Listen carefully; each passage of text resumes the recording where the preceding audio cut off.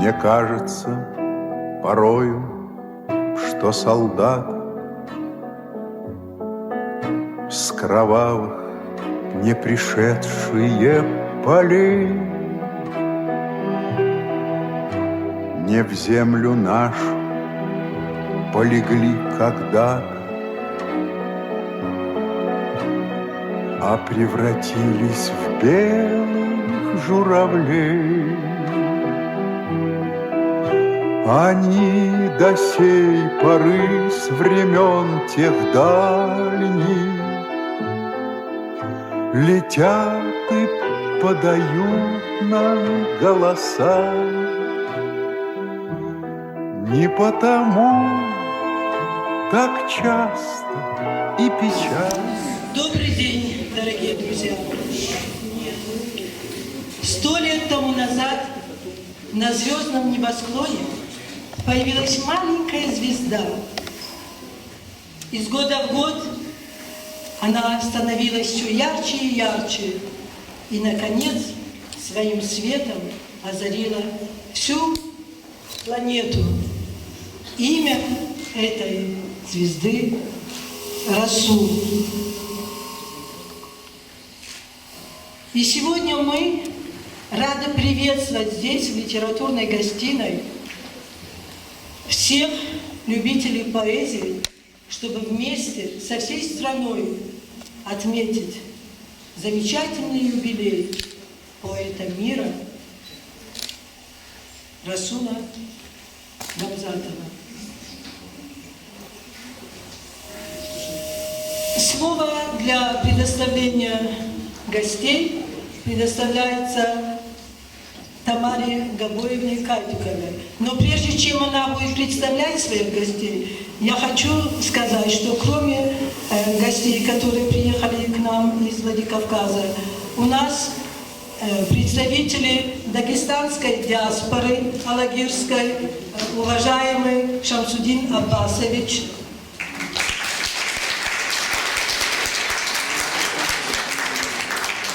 представители Штурмахаша, Казбек Годжиев, представители Совета ветеранов Икоев Руслан, представители образования района Мадина Кацаева, Тамара Габисова. Если я кого-то не вижу, и мои соседи Супоевы, Зифа и Тома. Если я кого-то не вижу, а теперь, пожалуйста, да, и работники библиотеки, которым я очень благодарна за оформление нашей. Да. Пожалуйста.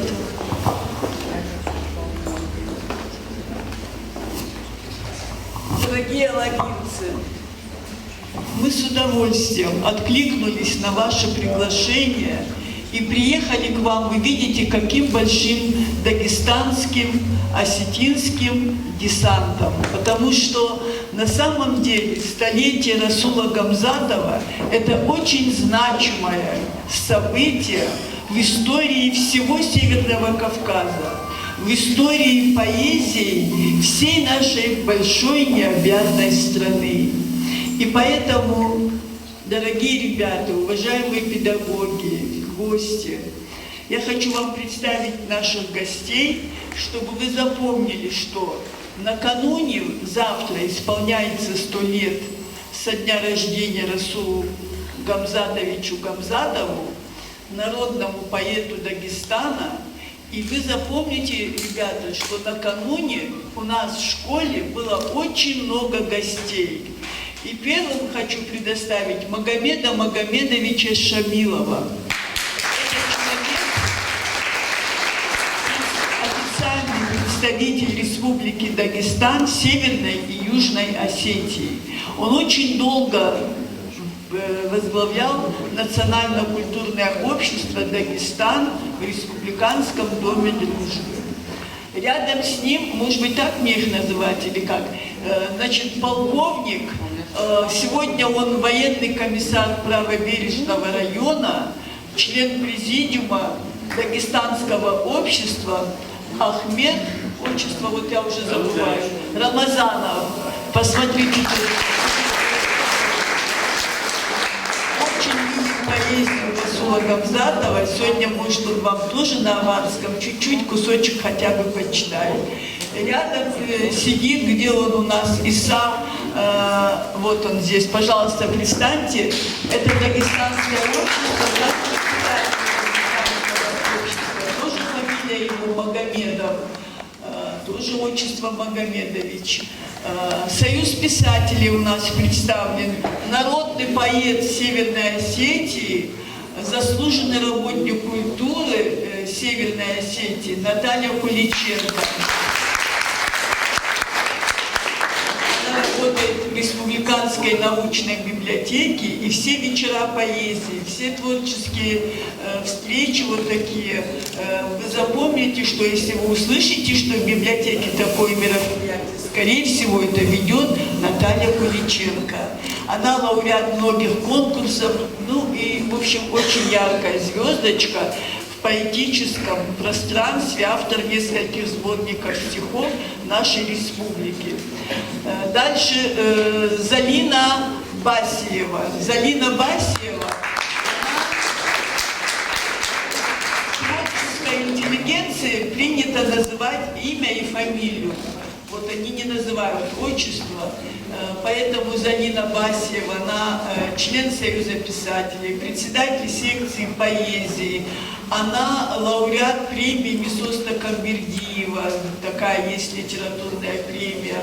Она поэт-переводчик, очень много переводит этих стихов с различных языков. Вот 15 числа в Республиканской научной библиотеке будет ее вечер, презентация чеченского поэта на осетинский язык, одного из чеченских поэтов. Если будет время, в 2 часа, да? Да, мы вас всех приглашаем, да, если будет такая возможность. Вот. Это вот Союз писателей. Вот сидеть рядом, ну, Асланов Пагиев вы все знаете, потому что... Залина тоже из Стоколдона, это тоже наша землячка с района. Аслан Пагиев, у него удивительная поэзия. Ребята, откройте интернет, найдите Аслан Пагиев и почитайте, какая поэзия. Я часто перед сном беру интернет и открываю, что нового Аслан нам подарил. Он несколько раз ездил в Донецк, устраивали там огромные встречи, такие большие, массовые, с любителями поэзии Донецкой Народной Республики, начиная еще с 2014 года, когда не было еще специальной военной операции. И здесь в городе несколько презентаций было. Ну, в общем, необыкновенно интересный поэт, член Союза писателей нашей республики тоже, лауреат многих конкурсов, его стихи на музыку переложены. Ну, одним словом, вот лично я его тоже обожаю, как тех, кого я назвала. Вот вам Союз писателей, кем был представлен, вот чтобы вы это знали. Звездочки Союза писателей.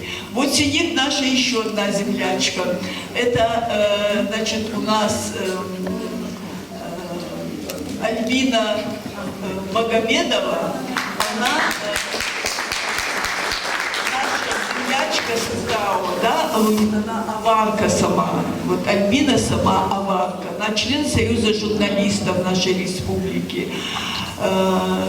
Работала и работает вот именно в пространстве журналистском и была замредактора газеты пресс-службы и Дома дружбы республики возглавляла, и Союза театральных деятелей, филармонии. Но одним словом, очень известный журналист и умница, сама стихи пишет, ведущая всевозможных таких вечеров. Вот такая звездочка, еще какая красивая. Вот посмотрите, обратите внимание на Альбину. Это Союз журналистов. Дальше я хотела вам представить из музыкальной общественности Союза театральных деятелей. У нас сегодня, вы Эдуарда Даурова, ребята, вы все знаете его. Я хочу сказать, что нет такого мероприятия, чтобы пригласили Эдуарда Даурова, и он не нашел время откликнуться. Это один из немногих, который поет живьем, без всяких фонограмм, таких вот минусовок, плюсовок. Он поет живьем всегда. У него диапазон необычайно высокий, диапазон, и его творчество очень разнообразное. И классику, и народное, и современное. И любое направление попросите Эдуарда Даурова, и он вам это споет. Народный артист нашей республики. Мы его все тоже, ребята, приветствуем, похлопаем ему.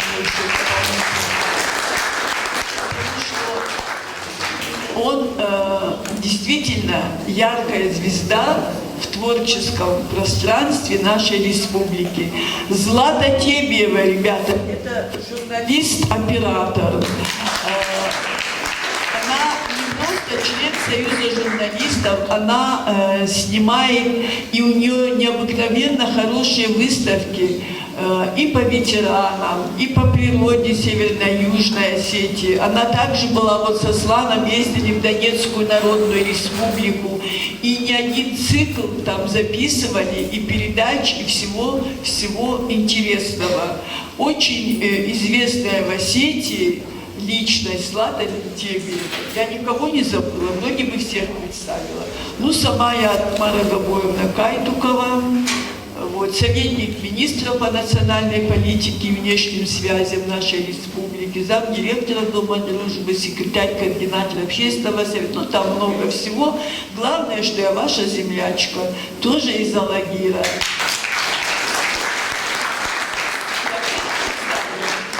Я не могу по бумаге читать, всегда стараюсь запомнить всех и экспромтом называть.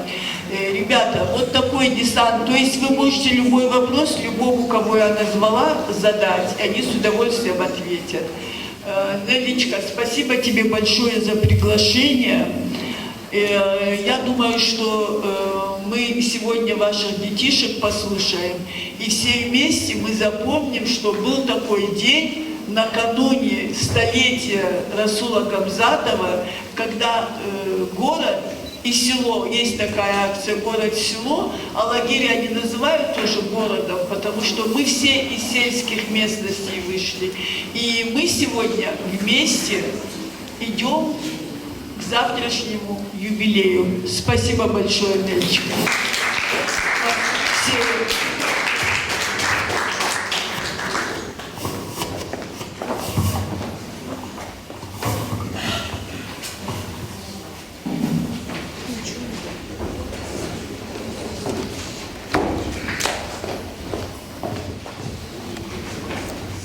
Если бы мне предложили назвать 10 лучших, на мой взгляд, поэтов, я бы перечислил заветные имена и в конце добавил и Гамзата.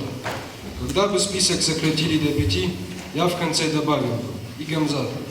Наконец, если бы мне пришлось выбрать одного любимого поэта, и тут бы прибавил Гамзата.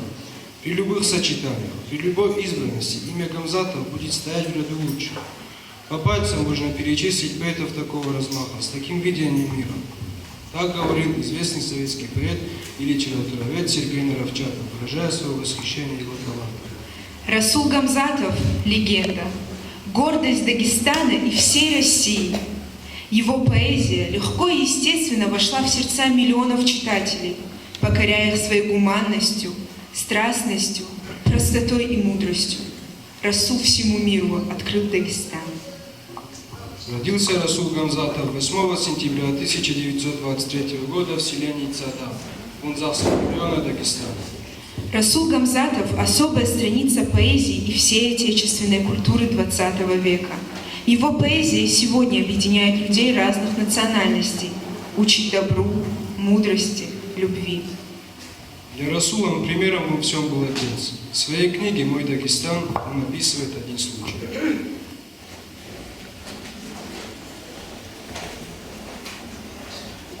Однажды в детстве отец сильно наказал меня.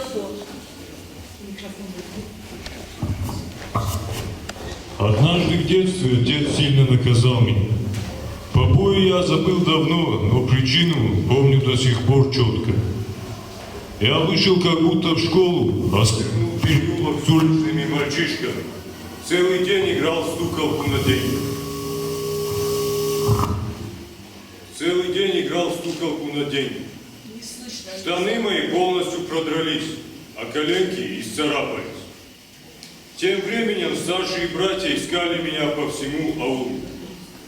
А когда я наплел соседям про Пихлеванов, они один за другим ходили в наш дом, чтобы узнать подробности насчет их приезда. Одним словом, когда меня вели домой за ухо, о моих похождениях было известно все. И вот и настал судный час перед отцом. Что это? Это колени. Колени-то колени.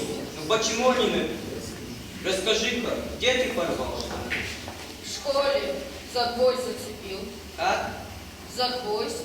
Где? В школе. Расскажи-ка теперь, где ты штаны порвал? Расул молчал. Отец ударил его во второй раз. Если ты мне сейчас же не расскажешь все так, как было, ударю плетью. Расул знал, что такое плеть с окаменевшим узелком на конце. Страх перед ней заставил рассказать все заключения по порядку, начиная с утра. Суд окончился. 3 дня Расул ходил сам не свой. На 3-й день отец усадил его рядом, погладил по голове и спросил: Ты знаешь, за что я тебя бил? За то, что играл на деньги. Нет, не за это. Кто из нас в детстве не играл на деньги? И я играл, и твои старшие братья играли. За то, что порвал штаны. Нет, и не за штаны. Ты же не девчонка, что все время ходить по тропочке. За то, что не пошел в школу. Конечно, это твоя большая ошибка. Но побил я тебя, сын, за твою ложь. Ложь, сын, это страшный сорняк на поле твоей души. Если его вовремя не вырвать с корня, он заполнит все поле так, что негде будет прорасти доброму семени. Если ты еще раз солжешь, я тебя убью.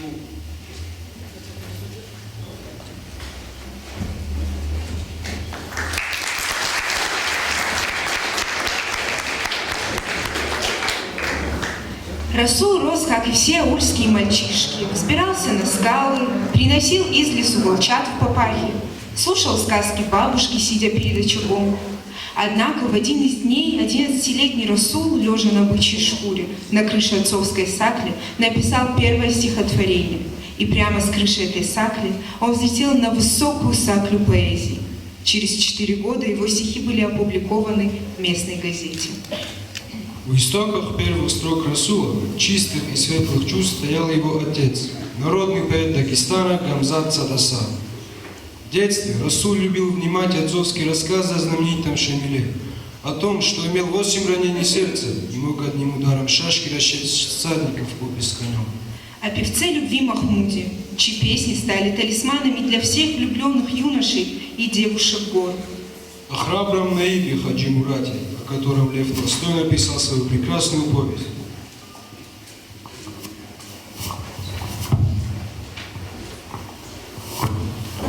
Голова Хаджи Мурата. Отрубленную вижу голову, и боевые слышу гулы, а кровь течет по камню голому через немирные аулы. И скачут вдоль крутой обочины Кавказу верные мюриды, и сабли, что о скалы точены, взлетают видевшие виды. Спросил я голову кровавую, ты чья была, скажи на милость, и как, увенчанная славой, в чужих руках ты очутилась. И слышу вдруг, скрывать мне нечего, я голова Хаджи Мурата, и потому скатилась с плеч его, что заблудилась я когда-то. Дорогу избрала не лучшую, виной всему мой нрав тщеславный. Смотрю на голову заблудшую, что в схватке срублена неравной.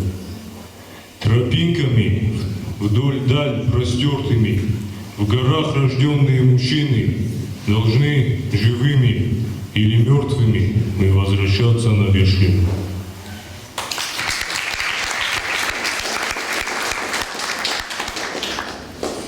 Эти народные легенды, сказки и песни оставили свой след в сердце поэта, стали для него вещими страницами огромной истории его маленького народа. От отца он унаследовал неутомимый интерес к литературе, культуре и истории Дагестана.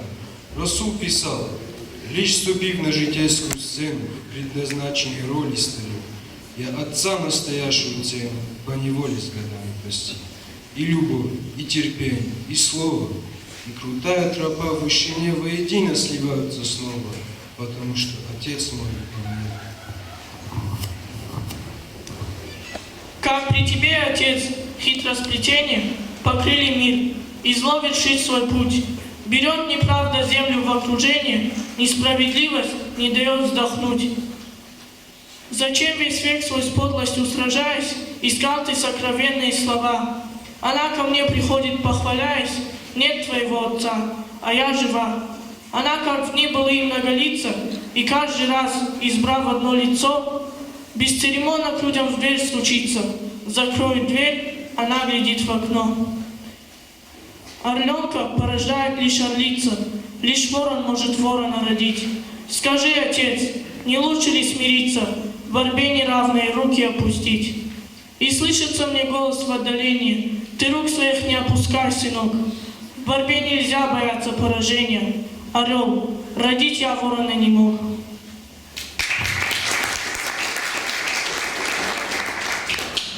Однажды Расул Гамзатов прочел немного своих стихотворений, уже переведенных на российский язык, известному лакскому поэту Эфенди Капиеву.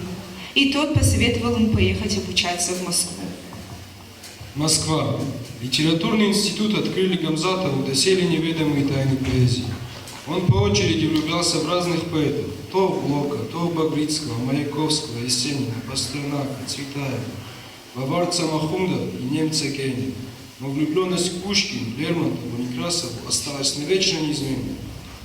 Ему было всего 20 лет, когда он стал членом Союза писателей СССР. С тех пор на аварском и русском языках, на многих языках Дагестана, Кавказа и всего мира вышли десятки поэтических, прозаических и публицистических книг, такие как «В горах мое сердце», «У очага», «Журавли», «Колесо жизни», «О бурных днях Кавказа», «Суди меня по кодексу любви» и многие другие, которые получили широкую популярность у любителей его поэзии. Поэтические вечера Расула Гамзатова с успехом проходили в разные годы в театрах и концертных залах Москвы и Махачкалы, в культурных центрах Софии, Варшавы, Берлина, Будапешта и других городах. Как и у каждого человека, первой и главной женщиной в жизни Расула Гамзатова была мама. Поэт говорил: «Для меня и в радости, и в горе ты была надежной, как скала. Звезды ночи, утренние зори, все ты в сердце, мама, вобрала». В поэзии поэта культ матери, его проникновенные строки о матери для многих поколений людей стали молитвой.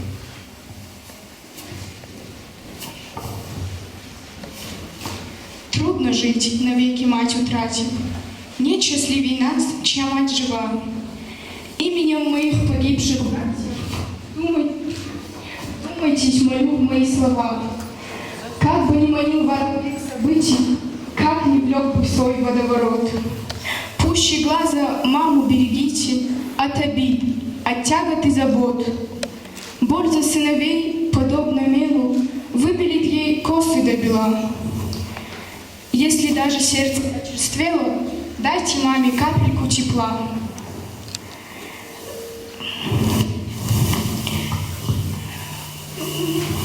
Если сердцем стали бы суровы, будьте, дети, ласковее с ней. Берегите мать от злого слова. Знаете, дети ранят всех больней. Берегите их от черных шалей, берегите женщин от войны. Мать умрет, и не изгладить шрамы. Мать умрет, и боли не унять. Заклинаю, берегите маму. Дети мира, берегите мать.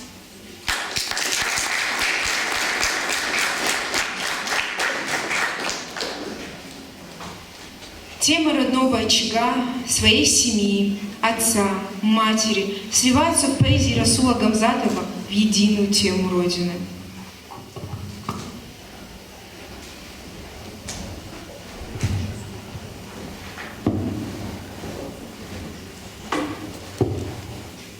Когда я, изъездивший множество стран, устал с дороги домой воротился, склонясь надо мною, спросил Дагестан: «Не край ли далекий тебе полюбился?» На гору взошел я, и с той высоты, всей грудью вздохнув Дагестану, ответил: «Немало краев повидал я, но ты по-прежнему самый любимый на свете. Я, может, в любви тебе редко клянусь, не ново любить, но и клясться не ново. Я молча люблю, потому что боюсь поблекнет 100-крат повторенное слово. И если тебе всякий сын этих мест, кричат, как лошадый в любви будет клясться, то каменным скалам твоим надоест и слушать, и эхом вдали отзываться.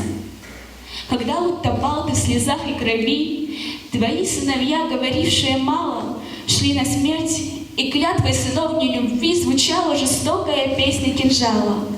И после, когда затихали бои, твои дети молчали.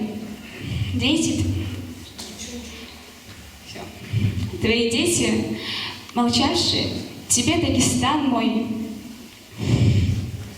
любви настоящей, стучащей киркой и косою звенящей. Веками учил ты и всех, и меня трудиться и жить не шумливо, но смело. Учил ты, что слово дороже коня, а горцы коней не седлают без дела. И вот, к тебе вернувшись из чужих и далеких страниц и болтливых и лживых, не могу я молчать, смотря на твои потоки и поющих потоков и гор горделивых.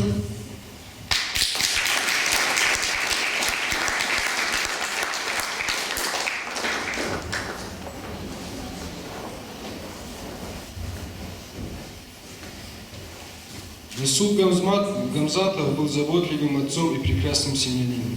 Он очень сильно любил своих дочерей и свою супругу Фатима. Многие свои стихи он посвятил своей любимой супруге, с которой прожил более 50 лет. Не математик я, но что мне числа? Я математик. В том немало смысла.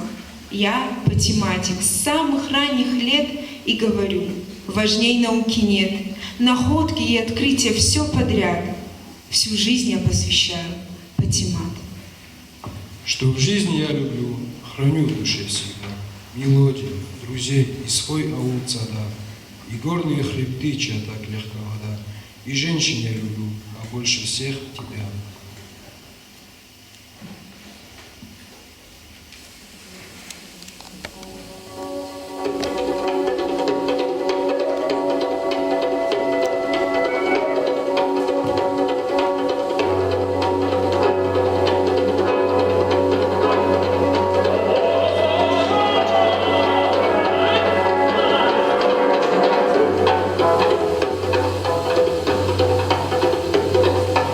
Ellos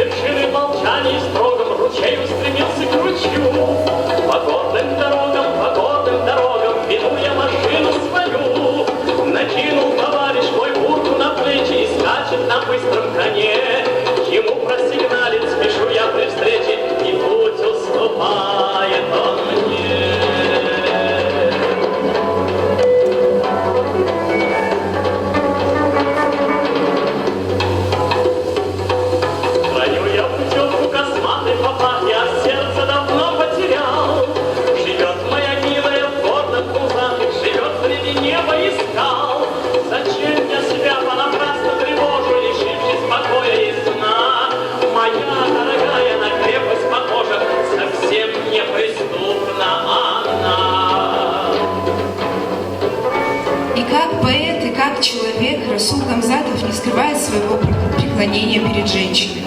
А на вопрос, что он больше всего ценит в людях, поэт отвечал: в женщинах все, а в мужчинах любовь к женщине. Основные темы творчества Расула Гамзатова – история родной земли, образ матери, любовь к женщине, тянутся к проблемам вечным и неприходящим. Добро, справедливость, человечность, чуткость. Расул Гамзатов говорил: дагестанцы писали свою историю острием кинжала и пера. Это по-настоящему поймет тот народ, который в боях за свободу страдал и воевал как дагестанский народ.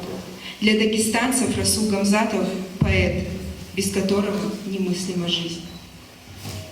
Поэт Роберт Рождественский так сказал о Расуле Гамзатове. Поэт он энциклопедический, сделавший знаменитым и Дагестан, и дворский язык, и свои горы. Сердце его мудрое, щедрое, живое. Я видел его во многих выступлениях, где он оставлялся гражданином, мудрецом, шутником. С врагами он сражался без жалости, бил их мудростью.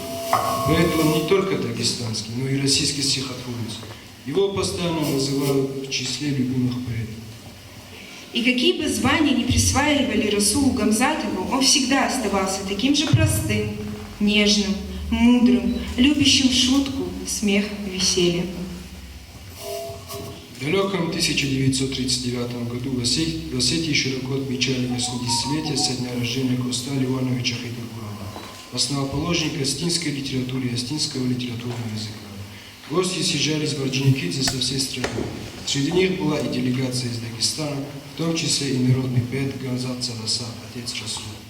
Думается, что Гамзат Садаса – горец, поэт, родом из далекого, раскинувшегося на плато в самом сердце Нагорного Дагестана, аварского аула Цада, такого же, как осетинский нар, откуда вышел Коста Хайдагуров. Понимал и разделял мысли, чаяния, надежды поэта-осетина, ощущал себя его братом. Он мой личный поэт, не только народа.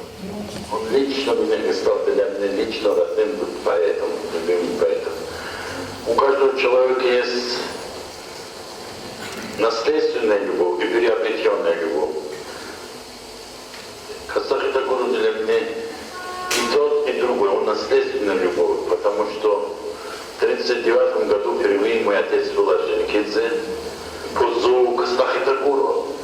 На день своего рождения приглашен был отец, щедрый поэт, подарил душа и характер своего народа, как никто из осетин. Хотя Осетия – страна больших поэтов, больших борцов, воинов, интеллигенции, но символом Осетии является Коста Хайдагуров.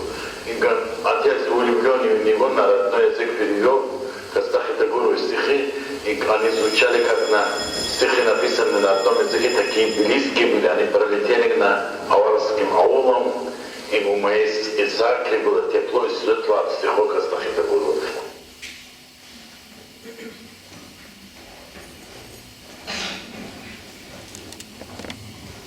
Поэзия Расула Гамзатова составляет великолепную культурную эпоху.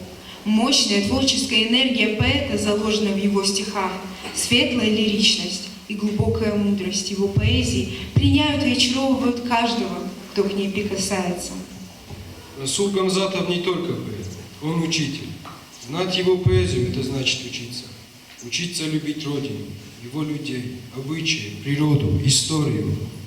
Поэт сказал: «Дагестан – моя любовь и моя клятва, моя мольба и моя молитва. Ты одна, главная тема всех моих книг, всей моей жизни».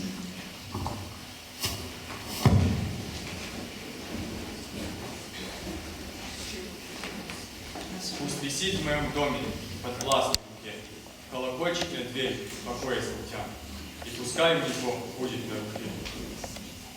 Днем и ночью о том, Дагестан, Дагестан. И когда в Сахалиной живу в вышине, пусть в огне очагов, где прописан Казань, громко искры стреляют, и слышится мне стародавний напев Дагестан, Дагестан.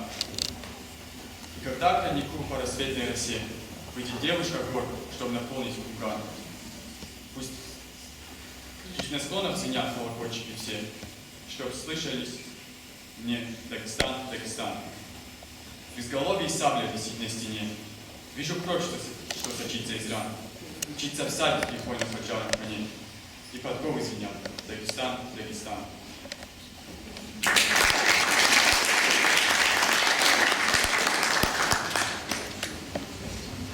Большое место в своем творчестве Расул Гамзатов уделял родному языку.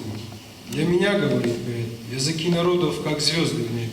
Я не хотел бы, чтобы все звезды слились в одну огромную, занимающую полнеба звезду. На то есть солнце. Но пусть сияют и звезды, пусть у каждого человека будет своя звезда. Я люблю свою звезду, мой родной аварский язык. Поэт сказал: у моего народа оказалась большая судьба. Еще пишется повесть о Дагестане. Нет и не будет у ней конца.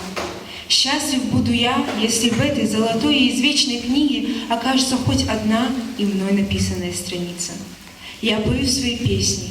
Примите их, мои друзья.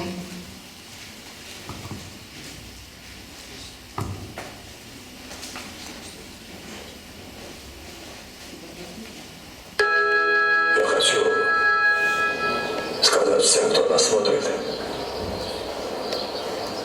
оставайтесь молодыми, живите счастливо, любите друг друга,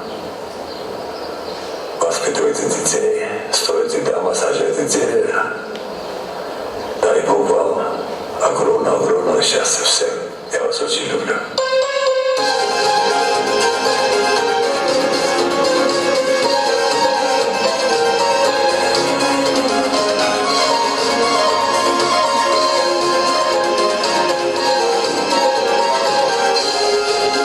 Невозможно прожить без печали, но хочу я, друзья, пожелать, чтобы в радости вы забывали, что недавно пришлось горевать.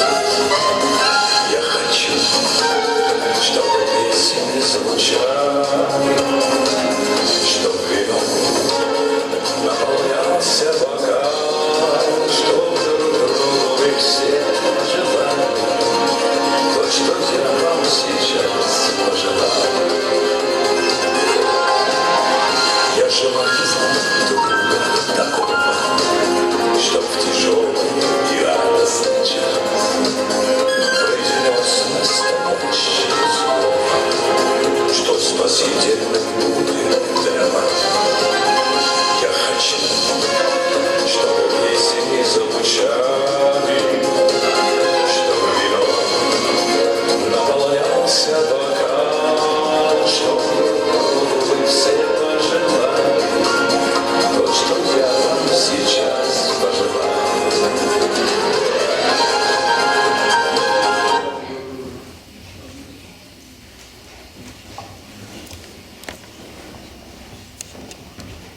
В одном из интервью на вопрос корреспондента: какое самое яркое событие, которое вам запомнило в жизни, поэт говорил: самое яркое – это победа советского народа в Великой Отечественной войне.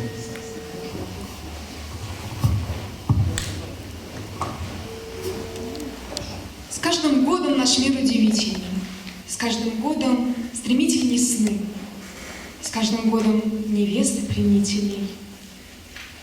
Только б не было больше войны. Песня древняя над колыбелями проплывает под ножью луны. Ничего, что в боях посидели мы, только б не было больше войны. Не избегнуть мужчинам суровости, были б женщины с ними нежны.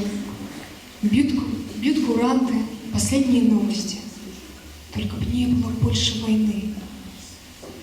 Сократились давно расстояния, но разлуки порой длинны. Здравствуй, ангел мой, друг, до свидания, только б не было больше войны. Станет музыка нашим подобием, и слеза посреди тишины прошептала над ранним надгробием, только б не было больше войны.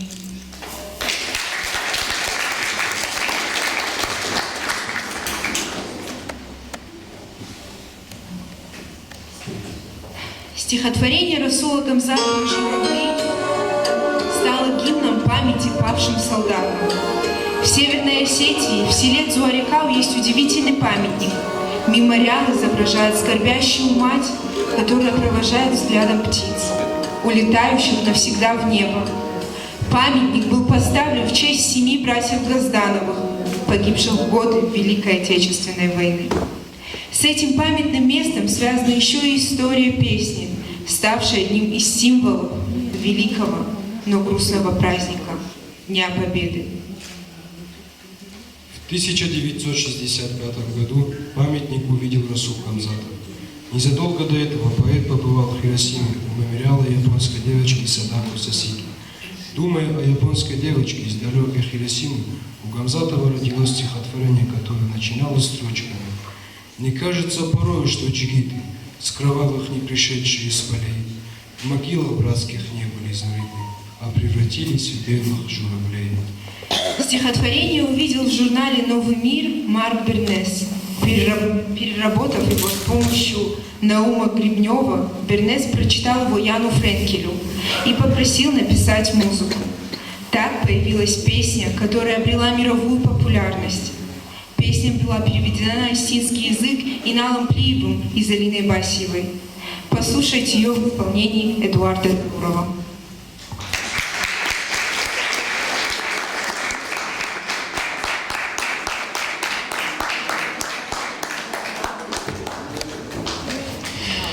Добрый день, дорогие ребята. Я хочу сказать огромное спасибо коллективу пятой школы. Не первый раз я здесь нахожусь. И вот человек воспринимает человека и душой, и каким-то внутренним локатором. Я хочу сказать, ребята, мальчики, девочки, у вас замечательные педагоги, у вас замечательная школа. И она создается вот этим обратным движением от учителя к ученику, от ученика к учителю. И вот сегодняшнее мероприятие, которое было подготовлено, ну, как вы сами понимаете, в кратчайшее время, это тоже признак отношения. Отношения к своему делу, это действительно реальное уважение и к этому великому человеку, поэту, который для нас, он стал частью нашей жизни, частью нашей культуры. Увы, сегодня в далекое советское время, но этот человек, этот поэт стал частью культуры жизни всей гигантской страны, которую мы сегодня будем называем Советским Союзом. В нашем прошлом друг был другом.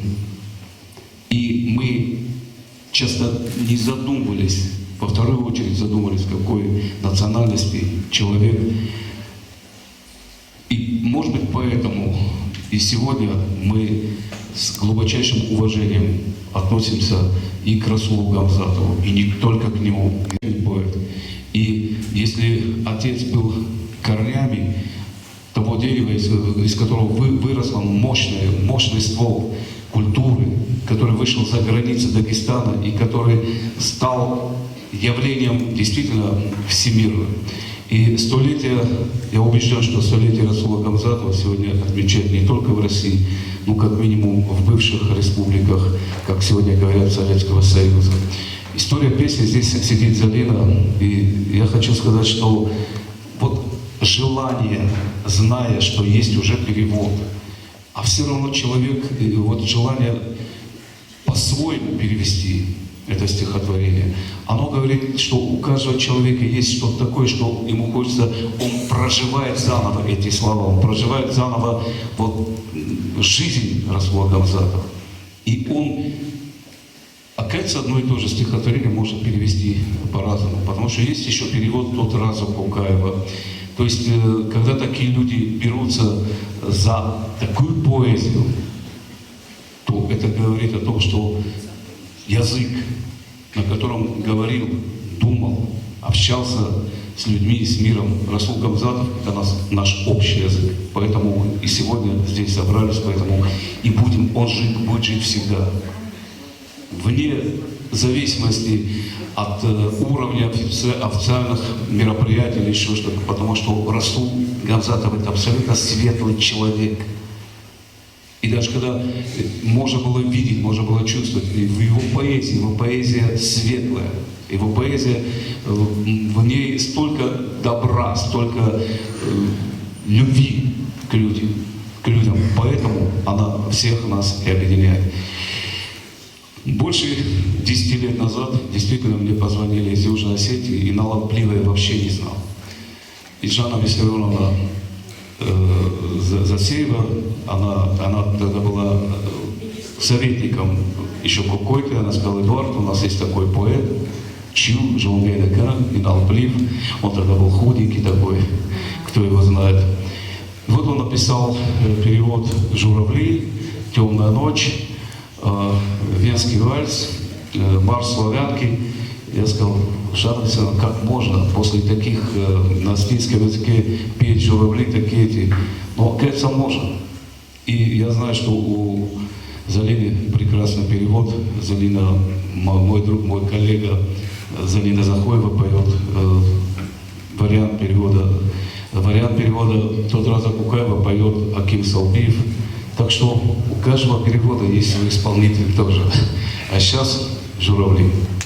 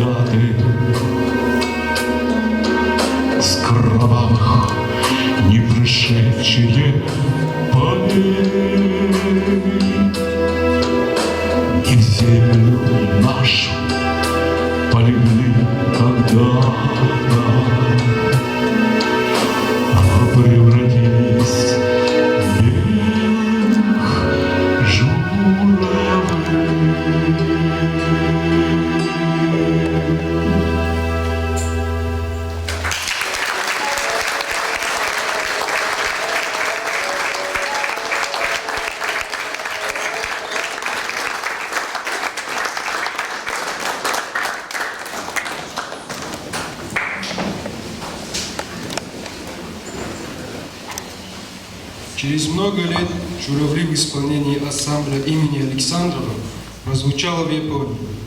Так белые журавли из древней легенды возвратились в страну, где Расул Газматов увидел памятник маленькой девочки с журавлем в руках, ставшей жертвой самого страшного в мире оружия. Одним из самых ценных качеств человеческих отношений Расул Гамзатов считал дружбу. Как и все горцы, Расул Гамзатов высоко ценил настоящих друзей. Он говорил: «Я счастлив тем, что в течение стольких лет смог сохранить старых друзей и протянуть руку новым».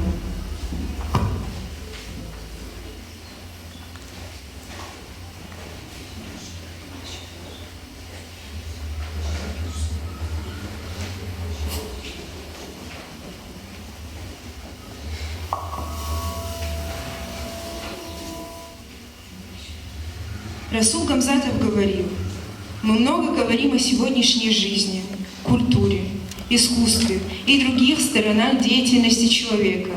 Все они зависят от людей». Люди – самые высокие звезды на земле. Так будьте счастливы, люди. Я желаю вам мира, счастья и радости. Многие стихи Расула Гамзатова, как вы поняли, стали песнями. Исполнителями этих песен были известные певцы и артисты: Анна Герман, Галина Вишневская, Муслим Магомаев, Марк Бернес, Иосиф Кобзон, Валерий Леонтьев, София Ротару, Вахтанг Кикабидзе и другие. С Гамзатовым тесно работали многие композиторы, в том числе Дмитрий Кабалевский, Ян Френкель, Раймонд Паулс, Юрий Антонов, Александра Пахмутова.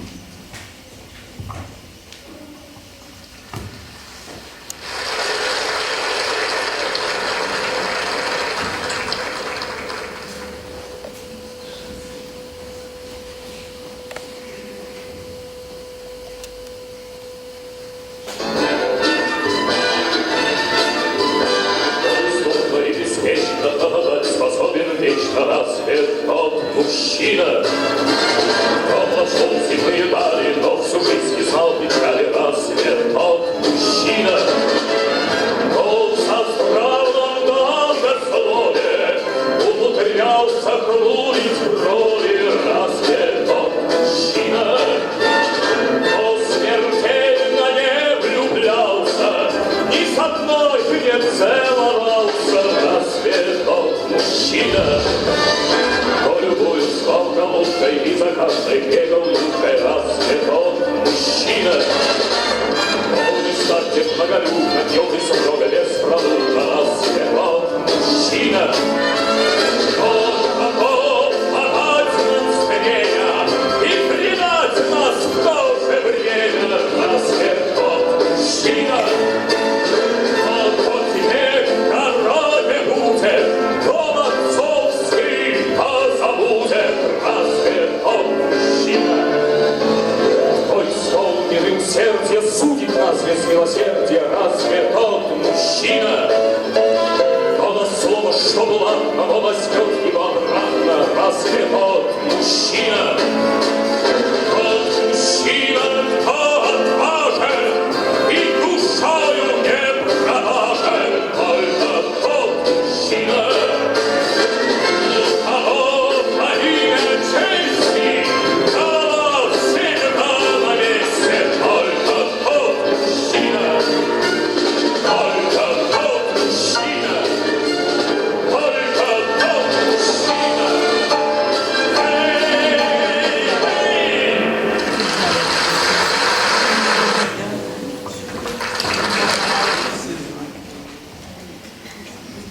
Самое длинное расстояние то, которое разъединяет людей, а самая высокая поэзия та, которая прокладывает тропинки от одного сердца к тысячам сердец.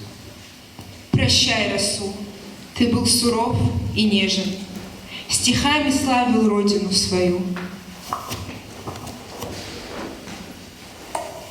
Прощай, Расул, ты был суров и нежен, стихами славил родину свою.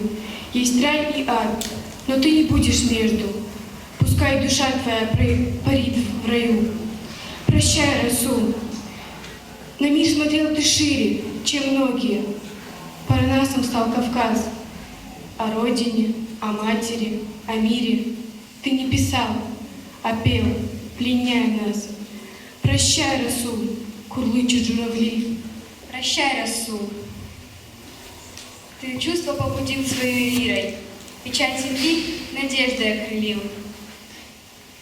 И вновь душа твоя парит над миром. Столпились годы горной гармадой. Расул, а ты об этом не жалей. Теперь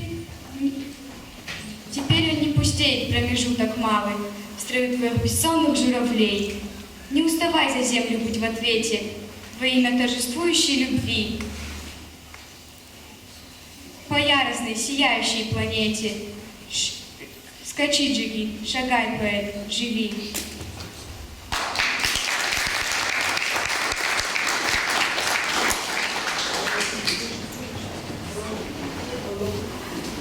Прощай, Расул Гамзатович Гамзатов, достойный сын Гамзата из Сада, любимый сын России, Дагестана, тебя мы не забудем никогда.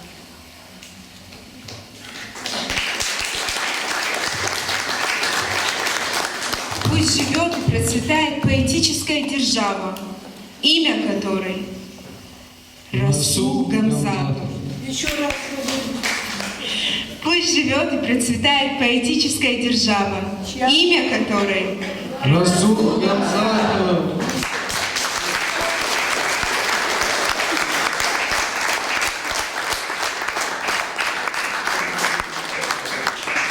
Так, ребята, спасибо. А сейчас я хочу предоставить слово нашим гостям. Кто первый? Туан Халлов, Джеймс Гайд.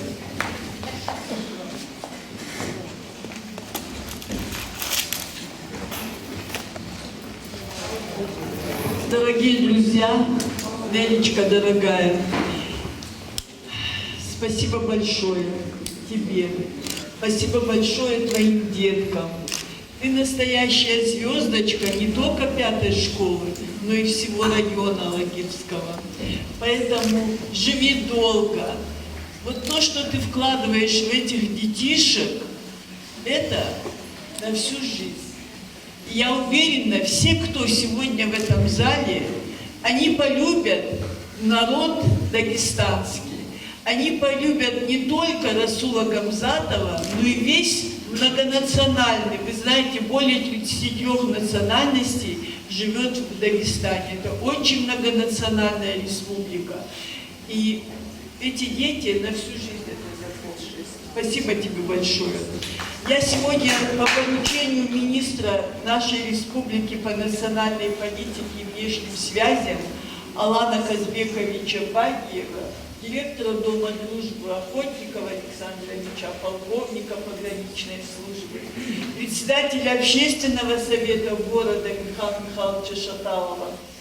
Хочу тебе еще раз сказать спасибо и вручить от их имени грамоту за твой личный вклад в пропаганду творчества народов Северокавказского региона и персонально столетию нашего любимого народного поэта Дагестана Расула Гамзатова. Леночка.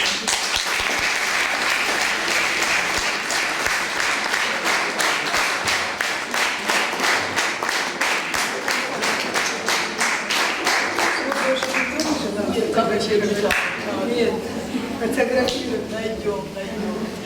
Дорогие друзья, мы постараемся, сидящие в этом зале, коротко высказать свое отношение к сегодняшнему дню. И поэтому я буду вопросы задавать нашим гостям, кто приехал. И первый вопрос у меня к Магомеду Магомедовичу, потому что он сегодня самый главный представитель Республики Дагестан в Осетии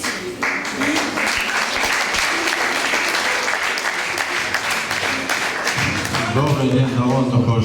Оставайтесь. Я почти уже более 50 лет живу в Осетии. Спасибо за такую теплую встречу. Спасибо вам за такое мероприятие. Спасибо, что любите Расул. Спасибо, что любите Дагестан. Мы также любим вас. С огромным чувством радости я ехал сюда. Тамара Габыевна пригласила меня, сказала, мероприятие в 5-й школе проводится.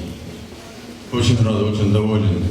От имени всего дагестанского народа, от руководства республики, от себя лично, сердечно благодарю вас за теплый прием, за такие мероприятия, что проводите. Я знаю, что вы любите Расула.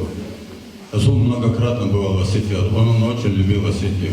Он дружил близко с Камалом Ходовым, Нафидью Сойти. Раиса Кубесова, они учились, по-моему, в электронном институте, вместе в Георгии Катко, да. Спасибо всем огромное. Я немногословен, но вот, сердце переполняет такой душой теплотой. Спасибо.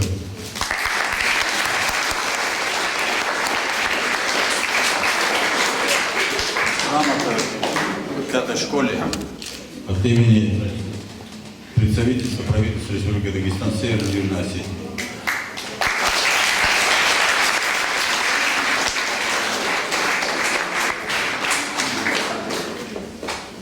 И школьная библиотека книги.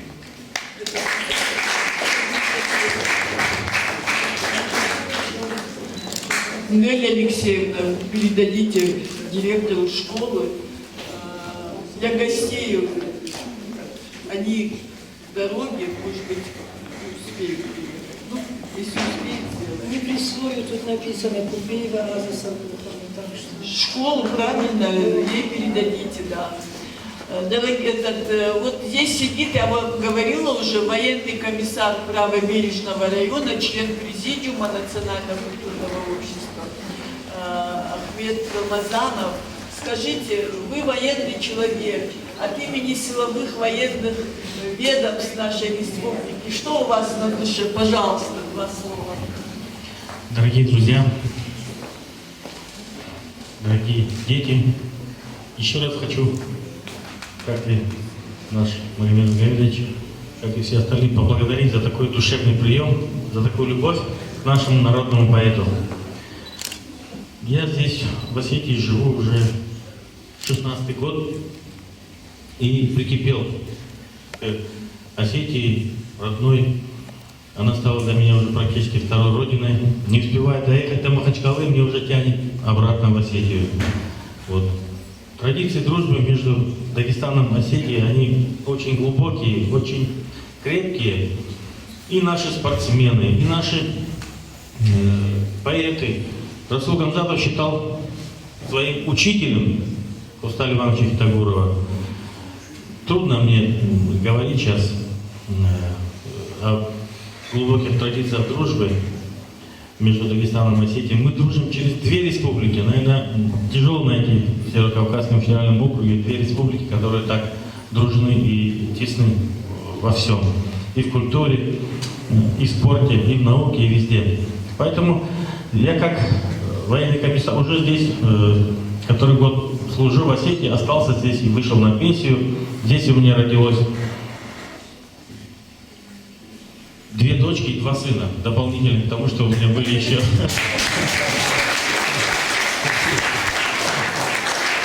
меня 5 сыновей и 2 дочки. И учатся мои дети в военных академиях, старшие сыновья, вырастут, надеюсь, достойными защитниками. Я хочу еще сказать о том, что в тяжелые моменты всегда наши народы были близки и поддерживали друг друга. В тяжелые времена августовских событий 2008 года я с гордостью видел, как наша дагестанская 136-я гвардейская бригада колонны вышла в Синвал и стала на защиту Южной Осетии. Недавно в Дагестане была жестокая трагедия, несчастный случай, взрыв на АЗС, погибло более 35 человек, много ранено. Мне было приятно отметить, что Северная Осетия, жители Северной Осетии практически первыми отреагировали. Был большой митинг памяти жертв, было много высказано слов поддержки.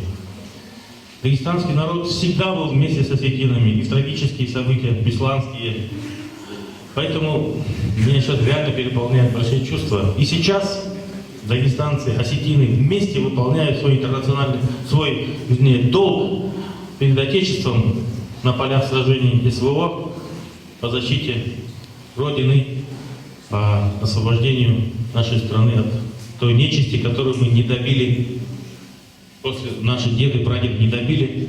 И однозначно уверен, что победа очередной раз будет за нами, и мы однозначно победим и отпразднуем парад победы. И хочу от имени силовых структур вручить такую небольшую книжку Расула Гамзатова, сборник стихов «Берегите друзей». Вот, декламировать ничего не буду, но сейчас не смогу, меня переполняют очень чувства.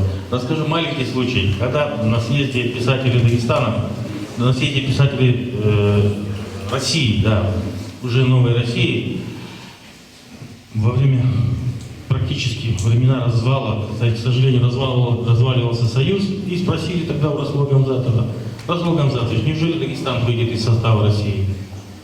А Расул Гамзатов, обладая большим чувством юмора, ответил: никогда Дагестан не входил добровольно в состав России и добровольно из него не выйдет. Вот такие небольшая книжка вам подарок.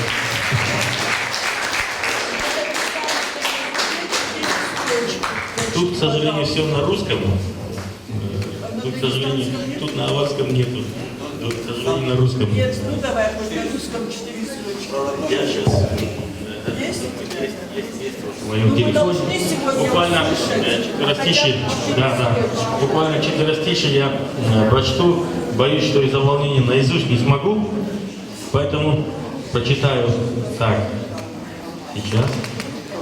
Расул Гамзатов был большим патриотом аварского языка, любителем, родного языка своего, и переживал о том, что, к сожалению, мы перестаем говорить на родных языках. Эта проблема, наверное, и в Осетии тоже существует, к сожалению. И вот его такие слова я потом переведу, может быть. Метель маалумац хвезебатани хвайгидун жахаго жани бракагун. В переводе это означает: если завтра исчезнет аварский язык, пусть я сегодня же умру от разрыва сердца. Вот так вот. Поэтому берегите свой язык.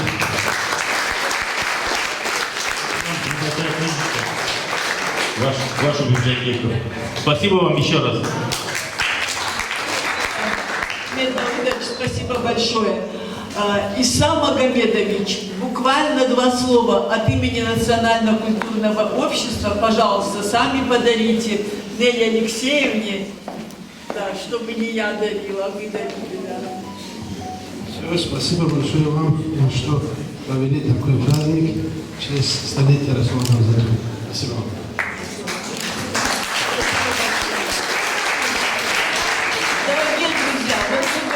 Вот сейчас говорил Ахмед говорил о том, что вот о дружбе. Как бы я маленькой девочкой, можно сказать, после 8 класса уехала в город и с тех пор в городе живу. То есть вот вся моя жизнь, можно сказать, прошла там, да? Вот. Но сидят сегодня это мои друзья дагестанцы. Вот я знаю, что я ночью позвоню Магомедовичу, или же просто Магомеду я позвоню, Ахмеду я позвоню, Иса позвоню, ночью, в любое время, что вот ты нужен, и они будут рядом. Это очень дорогого стоит, когда такие отношения 2 братских народов. Спасибо вам большое.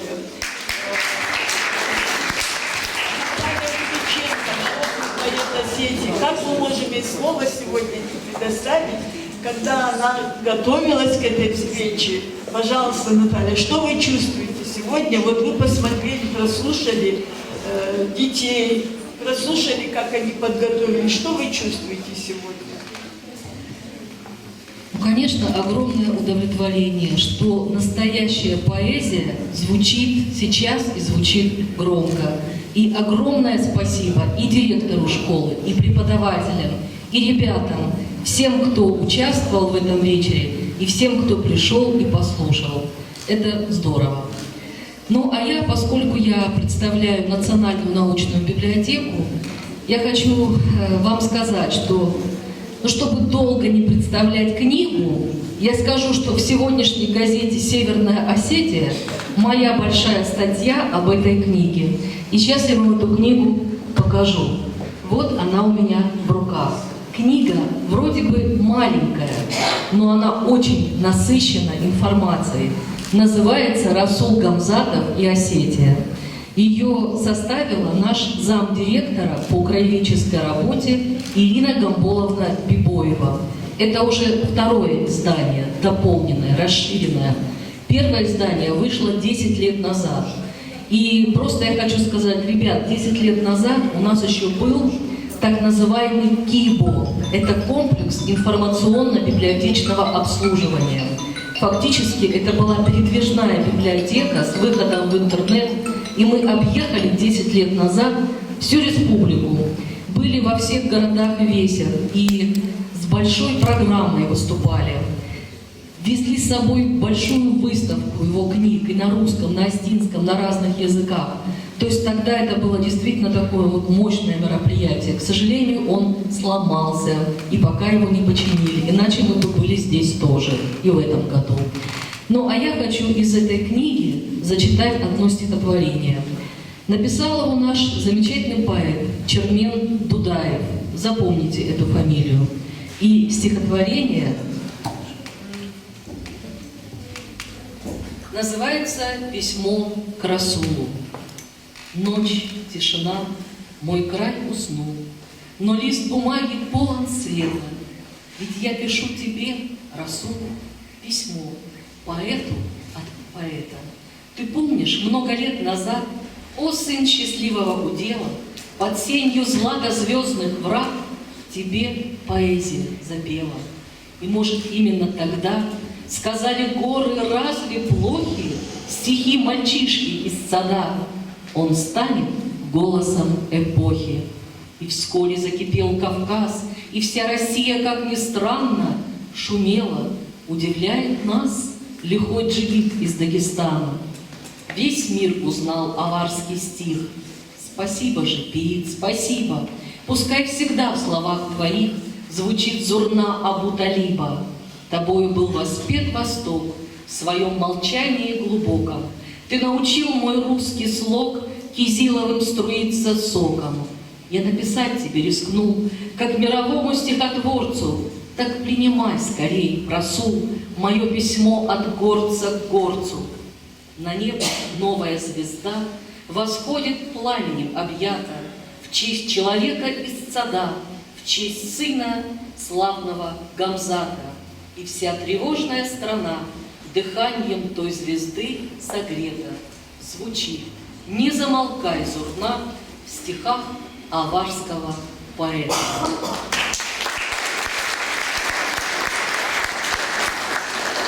А я хочу подарить сегодня библиотеке школы книгу, которую я сама собрала. Называется «Похвальное слово поэзии». В течение многих-многих лет, начиная, наверное, с 7 класса, я собирала высказывания, цитаты и так далее по разным поводам и на разные темы. Ну вот набралось о поэзии на целую книгу.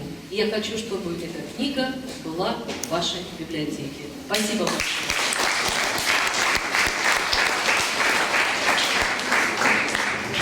Нет, я хочу слово Залина. Буквально, как ты познакомилась с Расулом Гамзатовым? Просто буквально. Вы сюда становитесь, потому что там отсвечивает вас не видно. Хочу поздравить всех нас с этим праздником. Это действительно праздник не только дагестанского народа, но и всей России. Не зря 2023 год был назван годом Расула Гамзатова. Для меня Расул Гамзатов не просто великий поэт, я считаю, что я имею к нему прямое отношение. Когда-то, вот когда я была примерно в вашем возрасте, мне мой дедушка принес сборник, он назывался «Очаг». Это были собраны поэмы Расула Гамзатова «Черные шали наших матерей». И вот когда я когда открыла книгу первый раз и прочитала, я просто была поражена этими произведениями и очень хотела стать поэтом, я помню. И я считаю, что именно Расул Гамзатов, именно его великое прекрасное творчество, которое несет добро, оно проложило вот такую дорогу. Я очень люблю этого поэта. Это один из великих поэтов, один из самых главных поэтов для моего сердца. Я, конечно, и хотела и переводы почитать, и вообще его произведения, но так как Тамара Габуевна много времени не дает, тогда поздравляю всех нас, вас с этим великим праздником. Дай Бог, чтобы эти стихи еще долгое-долгое время приносили людям радость, добро, чувство справедливости, потому что главная цель искусства – это нести людям добро и надежду. Пусть всегда это искусство следует к своей цели. Спасибо. Альбина, дорогая, тебе слово. Что значит для тебя Расул Гамзатов? Ну, здравствуйте еще раз, дорогие друзья. Много говорить не буду, скажу словами самого Расула Гамзатова. Мне все народы очень нравятся, но трижды будет проклят тот, кто вздумает, кто попытается чернить какой-нибудь народ. Я думаю, этим все сказано, и братские народы Дагестана, и братские народы Осетии всегда вместе, и в горе, и в радости, как было сказано передо мной моими старшими. Спасибо большое за такое чудесное мероприятие. Спасибо старшим, которые воспитывают нас правильно, и вас, и нас тоже. Спасибо. Идете, посмотрите, дагестанцы в Осетии ведет сайт Альбина Магомедова. Посмотрите обязательно. И вы там много чего интересного, еще больше о Дагестане вот узнаете. Я думаю, что я гостям всем дала слово, да, гостям, но в заключении от наших гостей я еще раз говорю вам, Леля, спасибо большое. Я еще раз вам от имени всех наших организаторов, чтобы вы знали, сегодняшнее мероприятие, оно идет под эгидой и Республиканского дома дружбы, и Национально-культурного общества Дагестан, и школа номер 5. Это наше как совместное мероприятие, поэтому мы таким большим десантом к вам приехали, что мы хотели свою лепту небольшое внести в школьное, рядовое, как бы праздничное, юбилейное мероприятие. И поэтому от имени всех организаторов всем вам большое спасибо.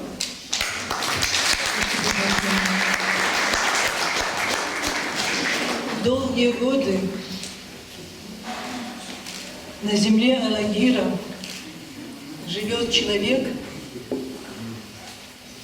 стройный как кипарис, осетинский дагестанец Шамсудин Аббасович Селимов. Вот часто мы его видим, как он идет из Чебахан Васевой до техникума, и время, когда его не бывает, уже чувствуешь, его или в Алагире нет,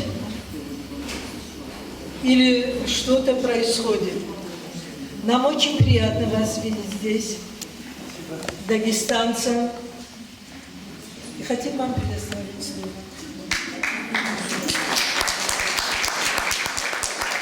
Алагир вас любит, чтобы вы знали, вы уже коренной алагирец. Он алагирец, парень.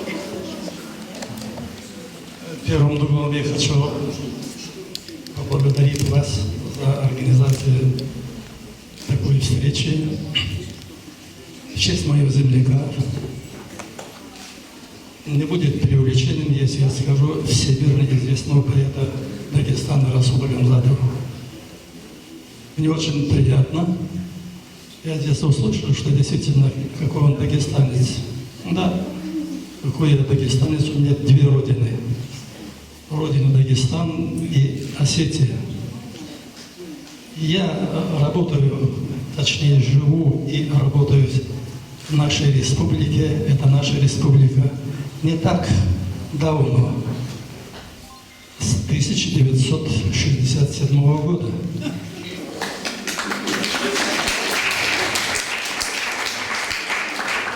Так, приехал, откровенно говоря, на 4 года, думаю, поступая в аспирантуру, защищая кандидатское и уезжаю в Дагестан.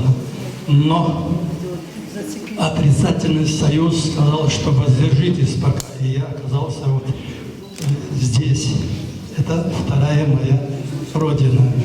Как меня приняли, тем же я и ответил. Если этого не было бы, я выучил бы одно слово «Афандарашта», и я оказался бы в Дагестане. Так, большое вам спасибо. Регионы северокавказские, вот называют Чеченская республика, Ингушетия, Кабардино-Балкария, все Карачаево, Черкесия, Адыгея и так далее. А почему-то в Дагестане столько национальностей и не называют. Вот. Почему интересно? Да потому, что это единый народ, и поэтому название этой республики называется Дагестан, потому что все мы относимся к тюркской группе, что в переводе означает «страна гор». И вот поэтому еще раз вам большое спасибо. Здесь, откровенно говоря, выступали ученицы, вот, ну, школьники. Вот, да, мне очень было приятно. И вот если я могу в таком состоянии вспомнить, да, моменты были адресованы стихи Расула Гамзата женщинам, войне, матери. Наверное, если я вспомню, постараюсь. Мы сейчас сегодня говорим о мире.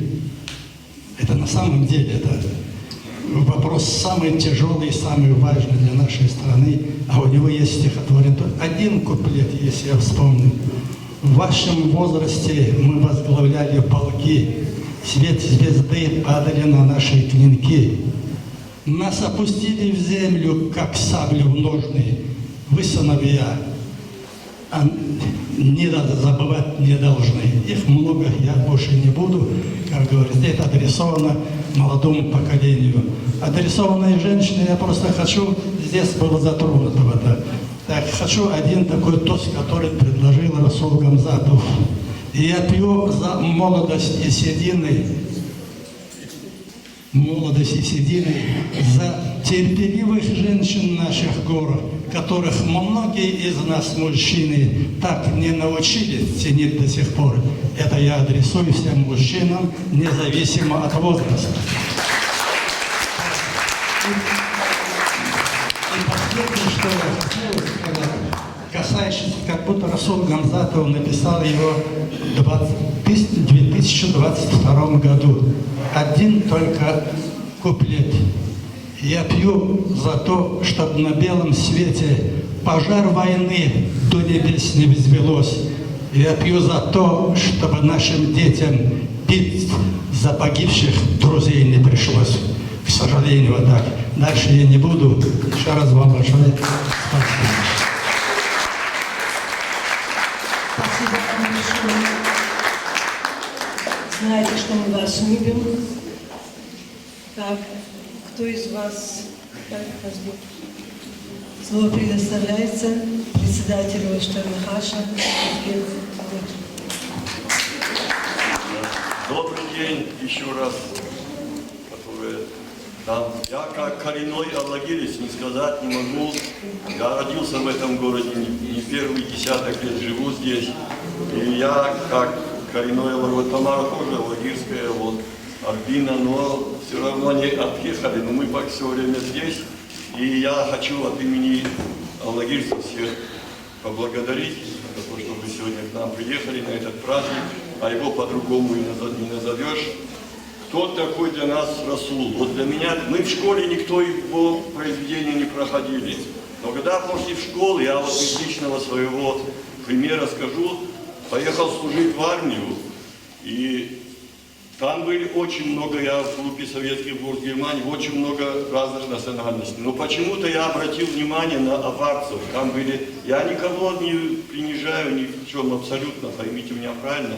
Но вот Его стихи мы уже в то время читали, и мне вот эти двое ребят как-то были ближе, чем все остальные других национальностей. И мне очень приятно, что сегодня мы в этой школе празднуем его столетие.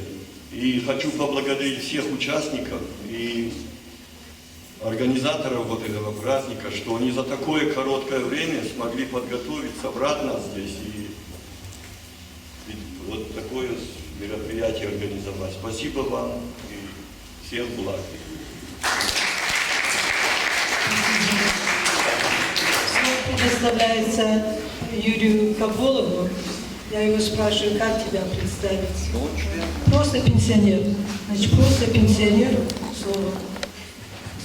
Здравствуйте, дорогие друзья! Сегодня замечательный праздник организовали в этой школе. Нелли Алексеевна, большое спасибо, что вы собрали столько замечательных людей, у которых есть свой Расул Гамзатов, которые находят слова любви в адрес Расула Гамзатова. У меня тоже свой Расул Гамзатов. Это его, во-первых, «Мой Дагестан». Эта книга великолепная. Его сборник стихов, наверное, жаль, что в школах не преподают, не учат его творчество. Но это народное творчество любят все. Как-то я оказался в больнице.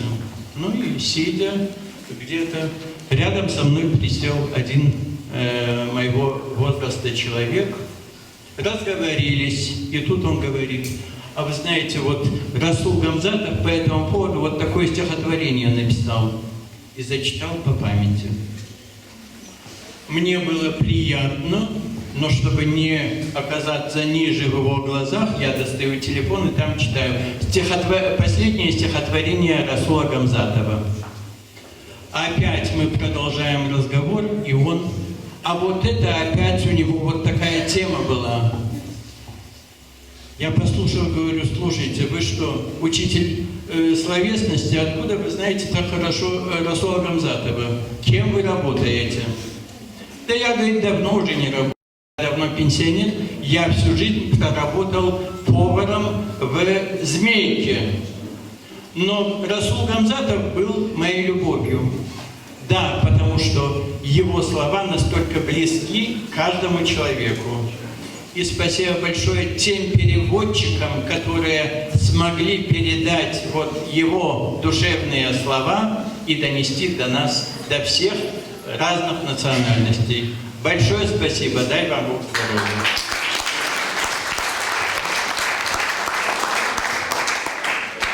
Кто-нибудь еще хочет сказать? Да, ну давайте. Отдел образования Мадина Кадзаева. Нелли Алексеевна, хочу поблагодарить вас от имени Управления образования, от себя лично за мероприятие, которое вы сегодня провели. Хочу поблагодарить также всех гостей, и всех организаторов этого мероприятия. Огромное вам спасибо, что вы нашли возможность приехать сегодня к нам в гости. Мы очень рады вам.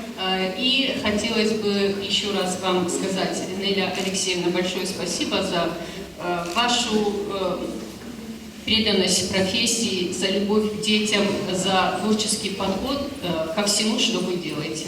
Большое вам спасибо. Вот, Шамсудин Аббасович очень четко озвучил, не буду повторяться, даже вот мероприятие, которое вы сегодня провели, подбор тематики его стихотворения.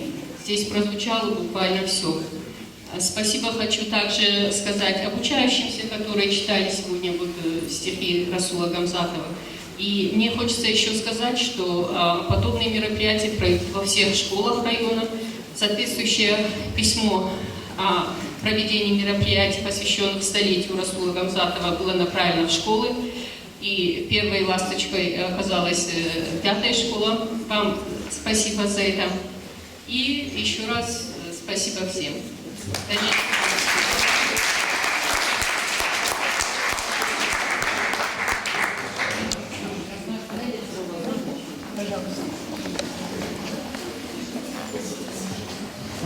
Я чуть-чуть еще займу ваше внимание. Если бы здесь была народный поэт Осетии Ирина Георгиевна Гуржибекова, она бы обязательно рассказала такой случай. Это из ее жизни. Она лично знала Расула Гамзатова. И когда-то в одном из буфетов Москвы она стояла в очереди. Перед ней был Расул и какая-то женщина, которая брала кофе. И вот эта женщина русская подошла и сказала буфетчице: «Дайте мне одно кофе». Буфетчица стала возмущаться: «Вы русская женщина, надо говорить один кофе». Та, конечно, смутилась, отошла в сторонку. Следом подошел Расул и сказал: «Дайте мне, пожалуйста, один кофе». Это вот видите, вот человек не русский, а правильно говорит. Он добавил: «И один булочка». И в этом был весь Расул. Спасибо.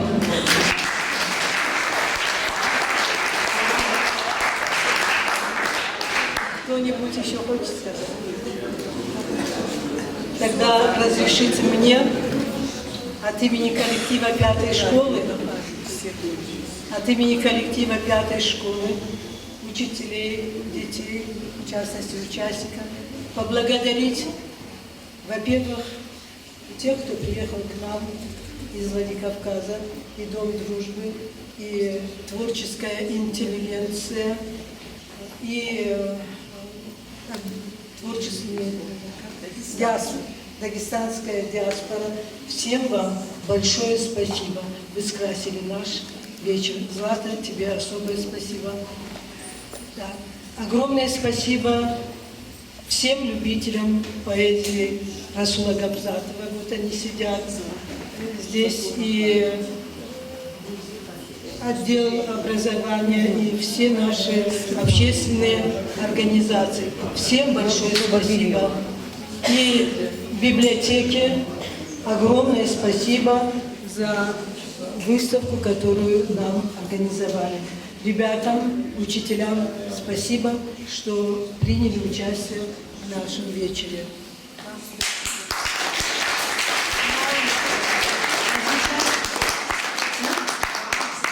И мне спасибо. Так, а сейчас гости, фотография на память. И дети наверх.